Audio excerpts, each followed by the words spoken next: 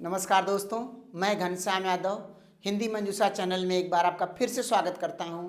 दोस्तों, आज मैं इस वीडियो में आपके लिए समास की एक वीडियो लेकर आया हूं। इसके पहले मेरी वीडियो आपने देखा होगा, उसको आपने सराहा भी है, बहुत अच्छा फीडबैक में मिल रहा है मुझे, जिससे उत्साह भी मेरा बढ़ रहा है। तो आज की इस वीडियो में दोस्तों मैं बात करने जा रहा हूं द्विगु समास की।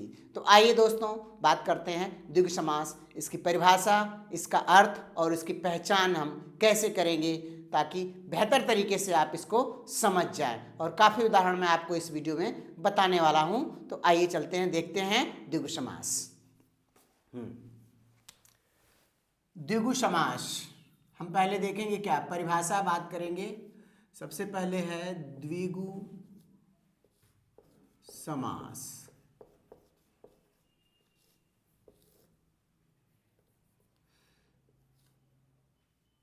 ठीक है, द्विगु समास परिभाषा की बात हम करते हैं पहले।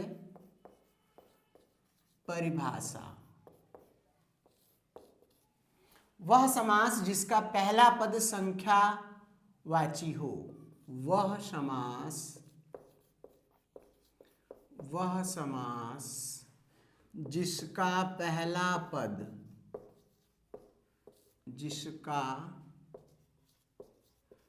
पहला पद संख्यावाची हो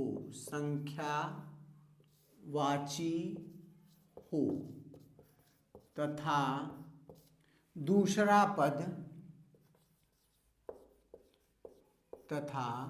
दूसरा पद संज्ञा हो। ठीक, और क्या हो, अन्य पद इसमें प्रधान ना हो। अन्य पद कोई अन्य पद प्रधान ना हो। कोई अन्य पद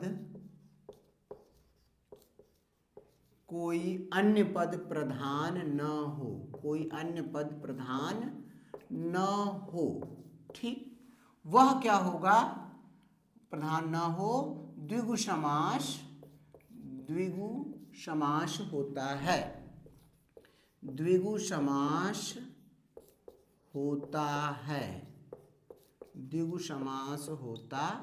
है।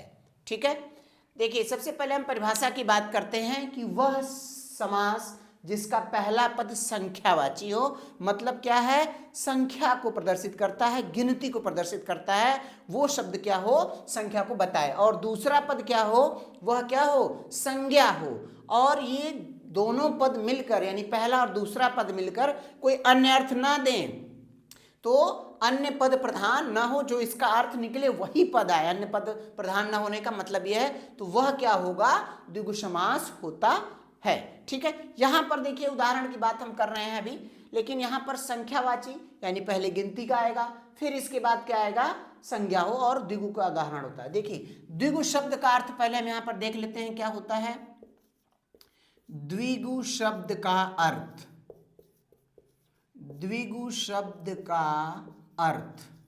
क्या है, दो गायों का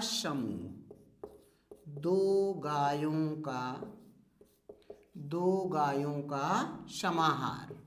ठीक है, दो गायों का समाहार, या इसको हम समूह भी कह सकते हैं, लेकिन समूह बहुत ज़्यादा उचित नहीं है। समाहारी शब्द यहाँ के लिए उचित है। क्यों उचित है, मैं अभी आपको बता रहा हूँ। दो गायों का समूह या समाहार। तो यहाँ पर देखिए क्या है, इसका पहला पद क्या आ गया, दो आ गया। ठीक, ये क्या बता रहा है, संख्या को बता रहा है। क्या बता रहा है, संख्या प्रदर्शित कर रहा है, नंबर को प्रदर्शित कर रहा है, 2 हो गया। ठीक है, फिर इसके बाद यहाँ पर गाय शब्द क्या है, वो क्या है, संज्ञा शब्द को प्रदर्शित कर रही है। गाय शब्द जो क्या है, संज्ञा को प्रदर्शित कर रही है। तो कौन सी, जातिवाचक संज्ञा है। ठीक है, तो ये संख्या और दोनों पद मिलकर अन्य पद प्रधान इसमें नहीं हो रहा। जैसे कि बहुब्रीहि में आपने देखा था कि दोनों पद मिलकर अन्य पद प्रधान हो जाता है, ऐसी बात यहाँ पर बिल्कुल नहीं है। ठीक है, तो ये जो है आपका दो गायों का समाहार, यानी दो गाय हैं, अर्थ उनका वही आ रहा, पहला पद संख्यावाची और दूसरा संज्ञा हो गया। ठीक है, तो ये हो गई इसकी परिभाषा। अब इसके बाद हम और उदाहरण अभी ले रहे हैं, थोड़ा सा और इसको समझ लीजिए। अभी जैसे आ गया चौराहा। ठीक, इसकी जो हम समास विग्रह करते हैं इस शब्द का, तो आएगा क्या, 4 राहों का समाहार, 4 राहों का समाहार। समाहार हम यहाँ पे लिखेंगे, ये ज़्यादा सही है। समूह हम नहीं लिखेंगे, वो हम इसकी बात कर रहे हैं कि ये ज़्यादा उपयुक्त नहीं है। ये वाला शब्द जो है ज़्यादा सही है, समाहार लिखना। क्यों सही है, देखिए समूह में क्या होता है, समूह में से अगर कोई एक वस्तु निकल जाए, समूह में से यदि एक सदस्य निकल जाए, एक सदस्य निकल जाए तो भी वो समूह बना रहता है, निकल जाए तो भी वह समूह बना ही रहता है, तो भी वह समूह बना ही रहता है, समूह बना ही रहता है। ठीक, देखिए समूह में क्या होता है, समूह में से एक सदस्य निकल जाए तो भी वह समूह बना रहता है। जैसे कि बैंड बाजे का समूह है, 8 सदस्य हैं, 7 सदस्य हैं, तो एक सदस्य अगर किन्हीं कारणों से अलग हो गया, निकल गया, तो 7 लोगों का समूह बन जाएगा, 5 लोगों का समूह बन जाता है। लेकिन यहाँ जो समाहार की बात है, अब देखिए यहाँ पर चौराहा है ना, ठीक है, तो अगर ये 4 राहें, इसमें से हमने एक निकाल दिया, हटा दिया, तो क्या ये चौराहा रह गया, नहीं रहा ना।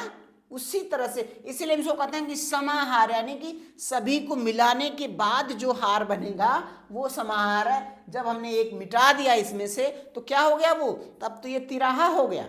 ठीक, तो अब ये चौराहा नहीं रहा, तो यह इसीलिए हमको यहाँ पर समाहार ही लिखना समीचीन है, उपयुक्त है, उचित है। हम इसको समूह ना लिखें, ठीक है, समूह लिखने पर ये होगा और समाहार लिखने पर ये सही होगा कि उसमें से हम कोई भी चीज़ हटा देंगे तो वो फिर उसका कॉम्बिनेशन जो बिगड़ जाएगा, वो खराब हो जाएगा, इसलिए वो सही नहीं है। तो आप देखिए ये हो गई हमारी क्या परिभाषा हो गई, और ये इसका हमने अर्थ बता दिया। अब इसके बाद आपको हम आगे उदाहरण बताने वाले हैं, किस तरह से उदाहरण आ रहे हैं, आप इसको तब तक नोट डाउन करिए।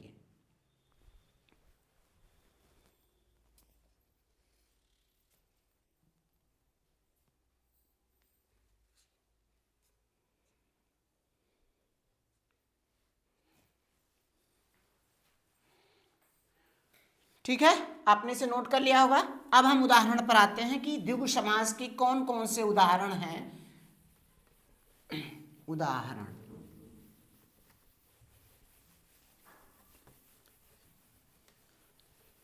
द्विगु समास के उदाहरण,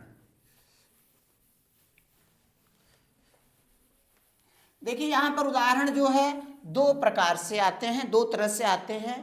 वो क्या है, मैं अलग अलग आपको बता रहा हूं। पहले देखिए उदाहरण जो इसके हैं, पहले थोड़ा सा आपको समझा दिया जाए। जैसे देखिए इसमें जो उदाहरण आएंगे, द्विगु समास और बहुब्रीहि समास दोनों का कंफ्यूजन होता है। जैसे मैं एक उदाहरण यहां पर लिख रहा हूं, तिरंगा, तिरंगा, ठीक, तो ये क्या है, 3 रंगों का समाहार, 3 रंगों का समाहार। एक तो इसका विग्रह ये हो गया, 3 रंगों का समाहार, एक विग्रह इसका ये हो गया। दूसरा इसका विग्रह होगा है 3 रंग हैं जिसके, ठीक, 3 रंग हैं जिसके, अर्थात 3 रंग हैं जिसके, अर्थात अब जहां अर्थात आ गया, अब तिरंगा जो है क्या हो गया, राष्ट्रीय ध्वज के अर्थ में फिक्स हो गया है। राष्ट्रीय ध्वज जो हमारे देश का राष्ट्रीय ध्वज है वो क्या है, तिरंगा है। उस अर्थ में ये तिरंगा रूढ़ हो गया। जब भी हम तिरंगा की बात करते हैं तो उसमें यही ट्राई कलर ही हमारे उसमें इमेज में उभरता है, हमारे मानस पटल पर उभरता है। तो ये राष्ट्रीय ध्वज के अर्थ में क्या हो गया है, फिक्स हो गया है। इसलिए इस आधार पर ये क्या हो जाएगा, बहुब्रीहि समास हो जाएगा। ठीक, क्या हो जाएगा, बहुब्रीहि समास। इस आधार पर ये हो गया क्या, बहुब्रीहि समास हो गया। अब स्टूडेंट्स के सामने समस्या ये आ रही है कि अगर इस तरह का प्रश्न आ गया और ऑप्शन में दोनों आ गया, बहुब्रीहि समास और द्विगु समास दोनों ऑप्शन में आ गया, तो हम क्या करेंगे? तो उस स्थिति में हमें क्या करना है? अभी मान लीजिए ये पूछ लिया कि तिरंगा शब्द में समास कौन सा, जैसे ऐसे प्रश्न बना, तिरंगा शब्द में समास है, तिरंगा शब्द में समास है, ठीक। अब मान लीजिए ऑप्शन आपका ए आ गया, द्विगु समास, द्विगु समास आ गया, ठीक। बी ऑप्शन इसने दे दिया, तत्पुरुष दे दिया, तत्पुरुष, ठीक। सी ऑप्शन दे दिया आपका कर्मधारय दे दिया, कर्मधारय। और डी ऑप्शन क्या आ गया आपका? बहुब्रीहि आ गया, ठीक, बहुब्रीहि। तब हमको ऐसी कंडीशन में जब हमारे पास ये चारों विकल्प हैं, तब हमको ये वाला विकल्प इसमें बताना होगा। अगर ये विकल्प में नहीं रहेगा तब हम जो है द्विगु समास बताएंगे। इसको खूब अच्छी तरह से नोट कर लीजिए कि जब इस तरह का है आपके सामने ऑप्शन प्रश्न आता है, चार ऑप्शन इस तरह से देते हैं, चार विकल्प आता है, तो उसमें आपको बहुब्रीहि ही लगाना होगा, यही सही माना जाएगा, ठीक है। तो ये रहा तत्पुरुष ऑप्शन भी। अभी तत्पुरुष की भी बात करते हैं इसमें कि यह जो है तत्पुरुष का एक भेद है, ठीक है, तत्पुरुष का एक भेद होता है, ठीक है। तो वो भी क्या है? उत्तर पद, इसीलिए इसमें उत्तर पद प्रधान होता है। तो अभी वो बात हम बता रहे हैं, लेकिन ये वाला जब ऑप्शन आपको आ रहा है, विकल्प वाला चॉइस करना हो, तो उसमें आप ये चॉइस करेंगे, ठीक है। अब देखिए, ये तो आपने विकल्प की बात कर ली, ठीक है। तो इस तरह से हमारे पास दो तरह के उदाहरण हैं, दोनों में कि कौन से में क्या होगा, कौन से में क्या होगा, ठीक है। और इस समास में अगर पूछ ले कि पद कौन सा प्रधान होता है, तो वो क्या होगा? उत्तर पद प्रधान होगा। तो यहाँ पर लिख लीजिए, द्विगु समास में, द्विगु समास में उत्तर पद प्रधान होता है। अगर आपसे पद की प्रधानता पूछता है, द्विगु समास में उत्तर पद प्रधान होता है, उत्तर पद प्रधान होता है, ठीक। ये लिख लीजिए, नोट डाउन कर लीजिए, क्योंकि अगर आपसे पूछ ले कौन सा पद प्रधान होता है, तो उत्तर पद प्रधान होता है। अब हमारे सामने दो तरह के उदाहरण हैं कि कुछ ऐसे उदाहरण होंगे जिसमें केवल द्विगु समास ही होगा, और कुछ उदाहरण ऐसे हैं कि जिसमें दोनों हो सकता है। तो मैं आपको दोनों अलग अलग कैटेगरी में लिखवा दे रहा हूं ताकि आपको आसानी हो जाए, ठीक है। तो हम पहले बात करते हैं कि वो उदाहरण द्विगु समास का जिसमें केवल द्विगु समास ही होने वाला है, ठीक है। तो अब लिखिए उदाहरण जिसमें केवल द्विगु समास ही होगा, उदाहरण जिसमें केवल द्विगु समास ही होगा, ठीक है। इसमें आपको कोई कंफ्यूजन नहीं होने वाला है कि केवल द्विगु समास ही इसमें होगा, ठीक है। देखिए, अब इसमें हम लिख रहे हैं, उदाहरण लिखते जा रहे हैं और इसका विग्रह भी कुछ हो जाएगा। देखिए, पहले क्या है? तिराहा, क्या हो गया? तीन राहों का समाहार, ये हो गया, ठीक है। फिर क्या है? चौराहा, इसी तरह से हो गया चौराहा। क्या हो गया? चार राहों का समाहार,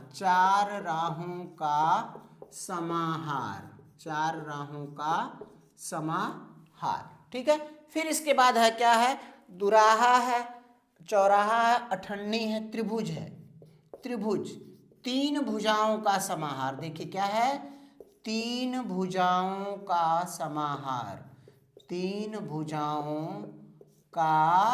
समाहार, यहाँ पर ये हो गया, ठीक है। फिर इसके बाद दुराहा है, इसी तरह से चौराहा, तिराहा, दुराहा हो गया क्या? दो राहों का समाहार, ठीक है। तो ये उदाहरण इसका हो गया। फिर इसके बाद है अन्य उदाहरण, इसमें क्या? अठन्नी है, आठ आने का समाहार, 8 शब्द यहाँ पर आया है, 8 आने या आनों का समाहार। ये हो गया अठन्नी हो गया, 8 आनों का समाहार अठन्नी। फिर और उदाहरण क्या है, अष्टधातु है, पंचभुज है, अष्टधातु है, अष्टधातु है, पंचभुज है, पंचभुज 5 भुजाओं का समूह है। ठीक है, पंचभुज है, पंचवटी है, यहाँ पर और लिख दे रहा हूं मैं, पंचवटी, पंचवटी। तब तक आप इधर से नोट करते जाइए। पंचवटी 5 वट वृक्षों का समूह, 5 वट वृक्षों का समूह, 5 वट वृक्षों का समूह। ये क्या है, समूह, यहाँ पे समाहार ही करेंगे हम, समाहार। 5 हो गया पंचभुज, 5 भुजाओं का समाहार। ठीक है, ये हो गया। फिर इसके बाद है अठवारा। क्या है, अठवारा है, अठवारा है, दशक है, शतक है, अठवारा है, दशक है, दशक है, शतक है, शतक। ठीक है, दशक 10 वर्षों का समूह। अठवारा 8 वार, 8 वार का समाहार, समाहार 8 वार। वार का मतलब यहाँ पे क्या है, दिन है। 8 दिनों तक लगने वाला जो बाजार होता है उसको क्या कहा जाता है, अठवारा कहा जाता है, 8 दिनों तक लगने वाला है। फिर है सप्ताह, इसी तरह से है, सप्ताह शब्द है, सप्ताह क्या है, यहाँ पे दशक क्या हो गया, 10 वर्षों का समाहार, 10 वर्षों का समाहार। ठीक है, फिर यहाँ पे शतक क्या होगा, 100 वर्षों या 100 वर्षों, 100 या 100, 100 का मतलब क्या हो गया, 100। ठीक है, 100 वर्षों का समाहार, शतक नहीं 100 का समाहार यहाँ पे कर लिए। शतक गिनती भी हो सकती है, क्रिकेट में खिलाड़ी रन बनाते हैं शतक, 100 रन बना लेते हैं शतक। ठीक है, तो वो 100 या 100 का समाहार। ठीक है, समाहार। सहस्राब्दी हो गया 1000 वर्षों। ठीक है, दशक, दशाब्द हो गया 10 धन अब्द, दशाब्द। ठीक है, फिर इसी तरह सप्ताह 7 वार का समूह, 7 वार का समाहार या समाहार। ठीक है, तो ये उदाहरण जो है, इस तरह के जितने भी उदाहरण आपको मिल रहे हैं वो क्या है, इसमें केवल द्विगु समास ही है। अभी इसमें और भी उदाहरण है, आप इसको नोट करिए, फिर कर रहे हैं।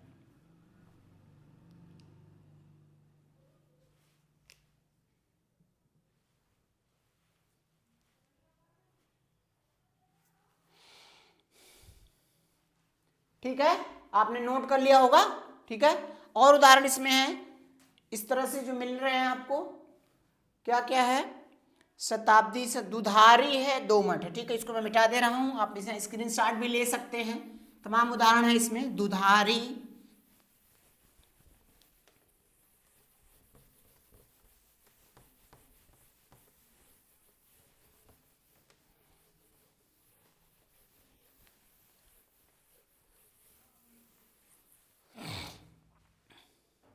दुधारी है, दोमट है, दुगना है, दुमंजिला है।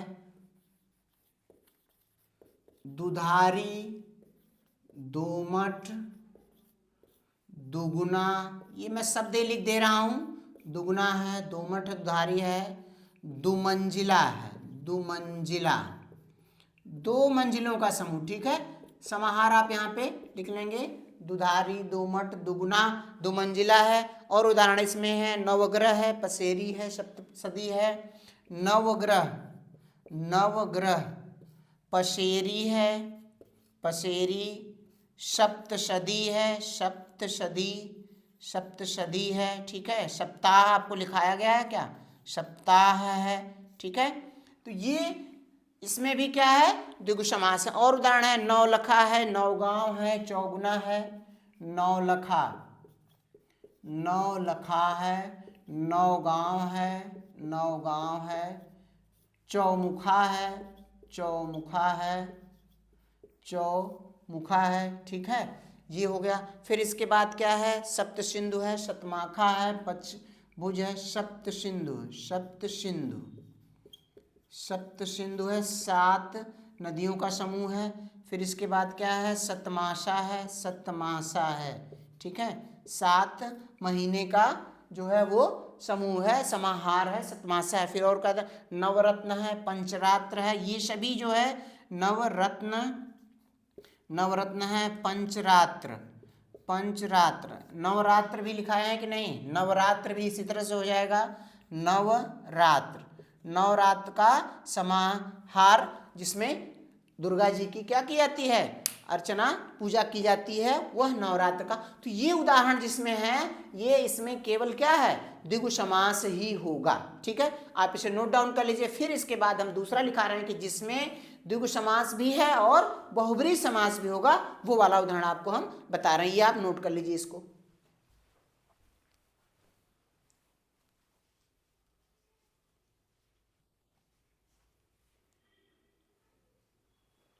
ठीक है, आपने कर लिया होगा, इसका स्क्रीनशॉट आप ले लिया करिए तुरंत, आपको फिर बाद में भी आप लिख सकते हैं, नहीं इतना समय तो मिल ही रहा है। अब हम लिख रहे हैं जिसमें केवल द्विगु समास न होकर क्या होगा, जिसमें दोनों होगा, बहुब्रीहि भी होगा और द्विगु भी होगा। तो उसके लिए हम क्या करेंगे, देख लीजिए। जिसमें केवल नहीं, दोनों हम लिखेंगे,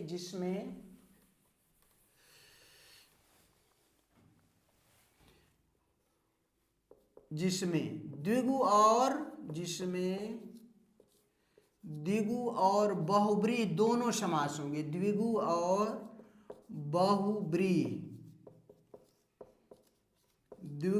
बहुब्रीहि दोनों समास होंगे, दोनों समास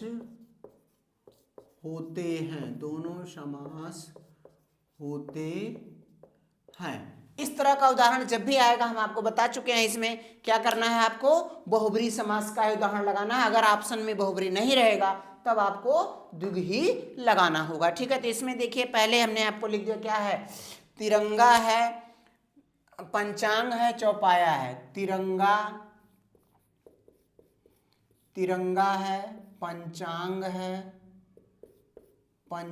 ठीक है। अब जो है तिरंगा शब्द क्या है, 3 रंगों का समाहार, ठीक।